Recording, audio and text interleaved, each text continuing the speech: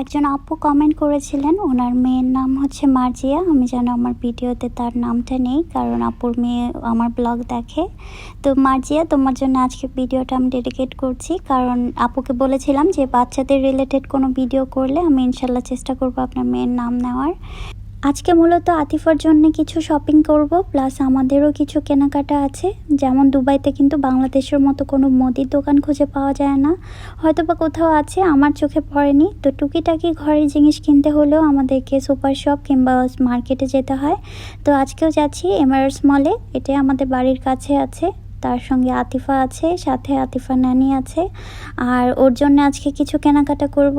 আতিফার কিছু কাপড় চোপড়, কিছু ড্রেস, আর কিছু খেলনাও কিনবো। ওর পুরোনো খেলনাগুলো আমি সব আস্তে আস্তে করে সরিয়ে নিচ্ছি। আর দেখতেই পাচ্ছেন দুবাইয়ের ভিউটাও আপনাদেরকে একটু দেখাতে চাচ্ছিলাম। দুবাই আসলে সুন্দর একটা শহর। এই দুবাই ঘুরলে অন্য পৃথিবীর যে কোনো দেশকে আপনার কাছে মনে হবে এতটা সুন্দর না, যেমন দুবাইটা এত সুন্দর করে গুছানো আছে। তার মধ্যে আতিফা গান গাইছিল।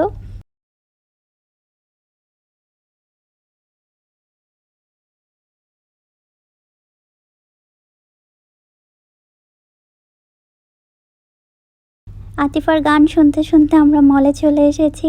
শুনতেই হয়তো পেয়েছেন কি গান গাইছিল সে, ড্যাডি ফিঙ্গার ড্যাডি ফিঙ্গার। এটা আসলে ছোটোবেলা থেকেই সে গায়। আর মলের ভিতর যেহেতু ঠান্ডা থাকে, তাই আমি ওর জন্য সবসময় একটা জ্যাকেট নিয়ে আসি ওর ব্যাগে।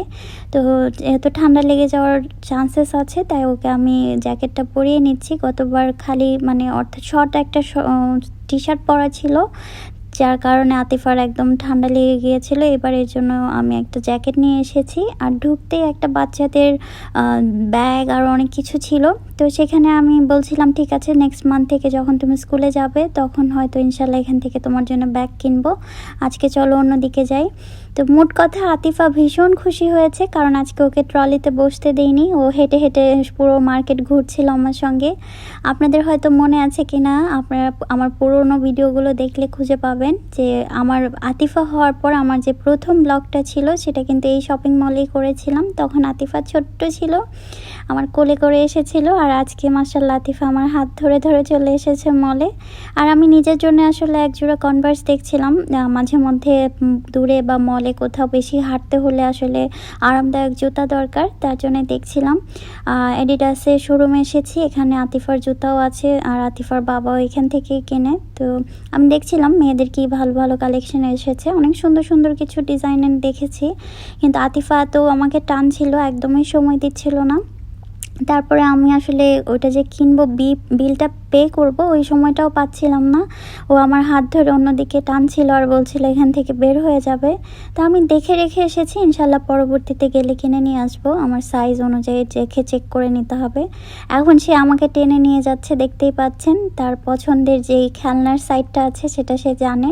আমি ওকে টি শার্ট দেখাচ্ছিলাম, মুখের ওপর বলে দিল যে নাও, সে কিনবে না। তো এখানে যে সেলস গার্লটা ছিল সে খুব হাসছিল, একদম মুখের ওপর মানা করে দিয়েছে। আমি ওকে অনেক কিছুই দেখাচ্ছিলাম, বাট সে কিনতে রাজি না। আর ঘরে বাচ্চাদের কাপড় কিন্তু প্রায় 2-3 মাস পর পরই চেঞ্জ করতে হয়, কারণ ওদের যেহেতু এখন বাড়ন্তি বয়স, তাই আমি ওর কাপড়গুলোও চেঞ্জ করে আমি কাউকে গিফট করে দিই, বা আত্মীয় স্বজন যারা ছোট বাচ্চা আছে তাদেরকে আমি আগে জিজ্ঞেস করি নিবে কিনা, কারণ আতিফার কাপড় সবই প্রায় নতুন থাকে, ওয়াশিং মেশিনে ধোয়া হয়। আর দুবাইতে তো আর ওরকম ময়লা থাকে না, সব কিছু একদম নতুনের মতোই থাকে। তো অনেকে নিতে খুব পছন্দ করে। আর আতিফাকে দেখাচ্ছিলাম যে এই সাইডটা দেখতে পাচ্ছ, যখন তুমি পেটে ছিলে তখন আমি এখান থেকে শপিং করতাম। ও বুঝতে পেরেছে কিনা জানি না, বাট আমাকে শুধু টেনে নিয়ে যাচ্ছে খেলনার দিকে। ও জানে যে কোথায় কী আছে।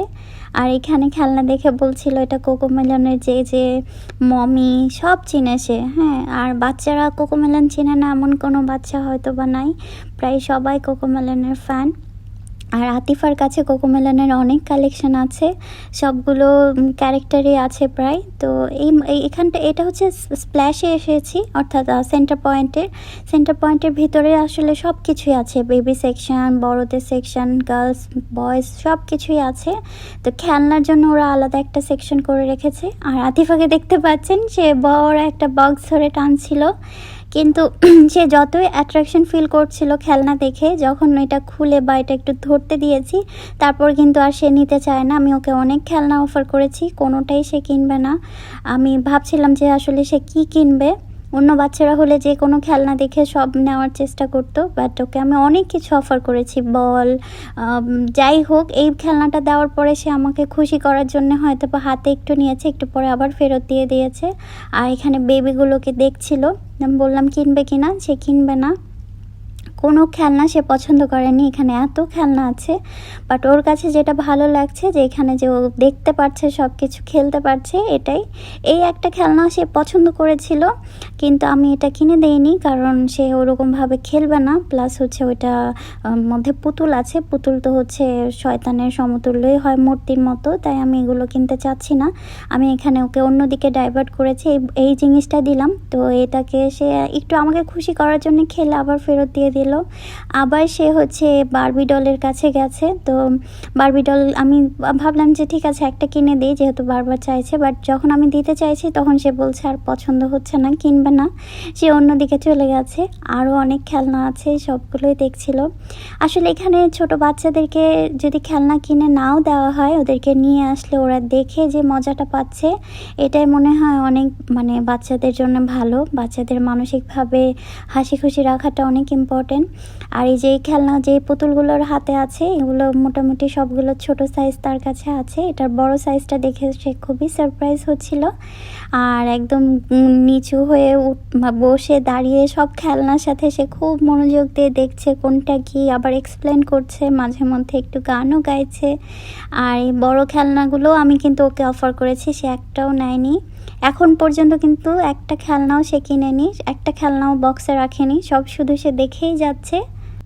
বাট একটা জিনিস ভালো, মাশাআল্লাহ, আতিফা কিন্তু অত বেশি চাহিদা নেই, খুবই শান্তশিষ্ট একটা বাচ্চা, আর অত বেশি ডিস্টার্বও করে না। আলহামদুলিল্লাহ, আল্লাহর কাছে হাজার শুক্রিয়া, সবাই মাশাআল্লাহ বলবেন, নজর যেন না লাগে।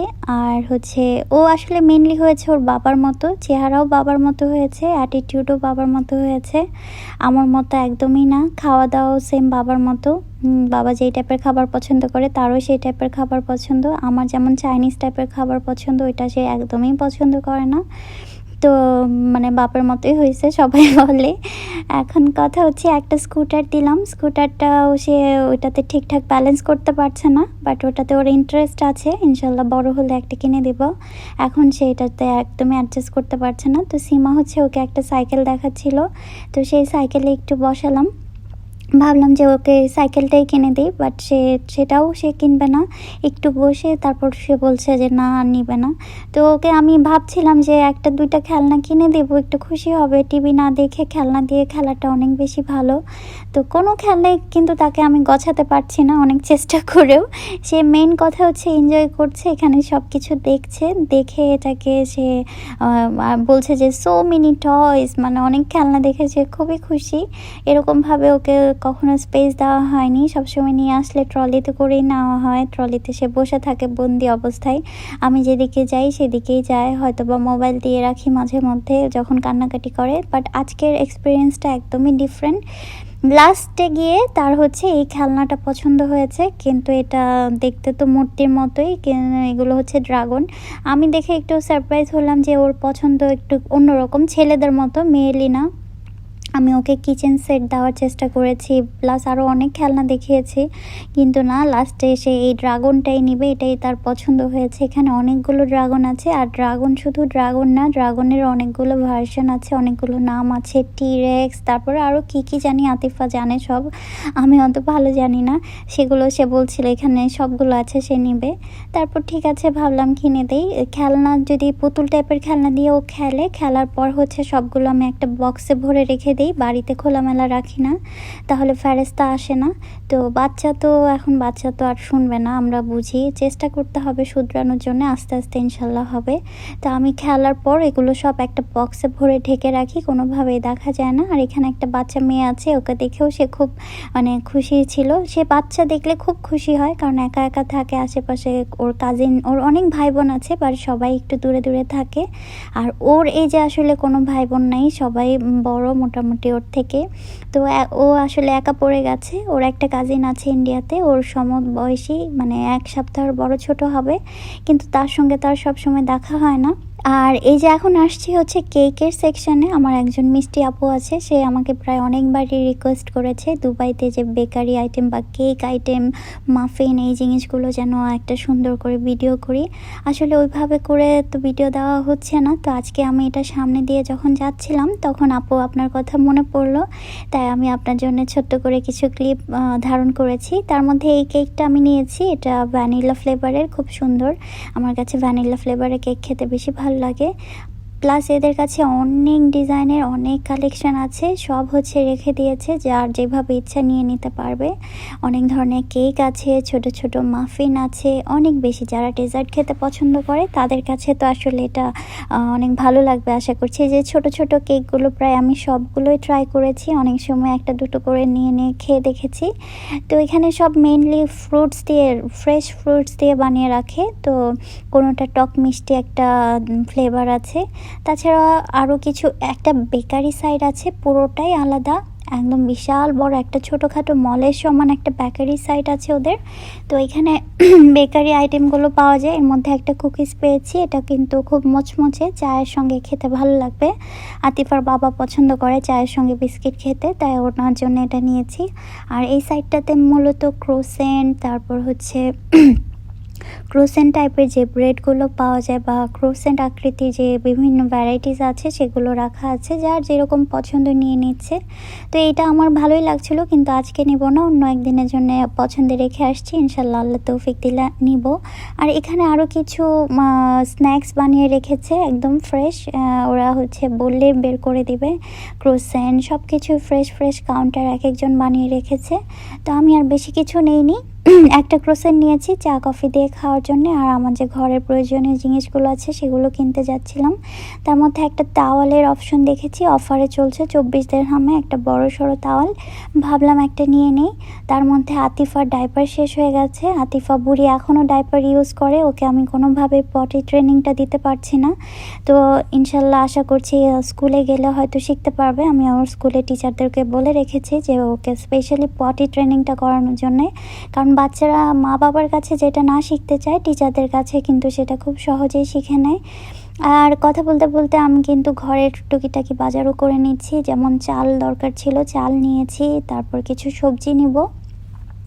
সেরকম বেশি কিছু নেব না, শুধু শাক সবজি কিনতে এসেছি আজকে। আর চাল শেষ হয়ে গিয়েছিল, চাল নিয়েছি।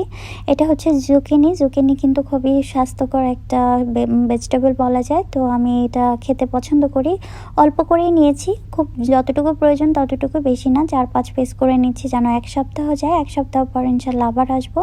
আর কিছু পেঁয়াজ পাতা নিয়েছি, এটা হচ্ছে ইংলিশে বলে লিক, এটা কিন্তু খুবই সুস্বাদু একটা সবজি আর খুব হেলদি, এটাও 2 পিস নিয়েছি।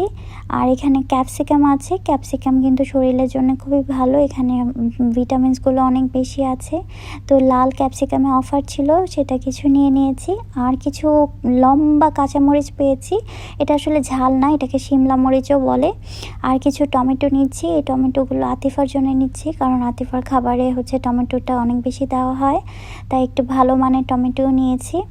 আর এখানে একটা বড় সাইজের মাশরুম দেখতে পেয়েছিলাম, সেখান থেকে 2 পিস মাশরুম নিয়েছি, মাঝে মধ্যে ডিনারে অনেক রান্নায় ব্যবহার করা যাবে। কিছু বিনস নিয়েছি, মানে বটবটি, যেটা হচ্ছে বাংলাদেশের বটবটির মতো না, এটা একটু ছোট আকারের হয় আর খুবই রসালো থাকে, তো ওইটা নিয়েছি। আর তার মধ্যে বেরিজের মধ্যে অফার ছিল, 4 দিরহামে ব্ল্যাকবেরিজ পাওয়া যাচ্ছিল, সেটা একটা নিয়ে নিয়েছি।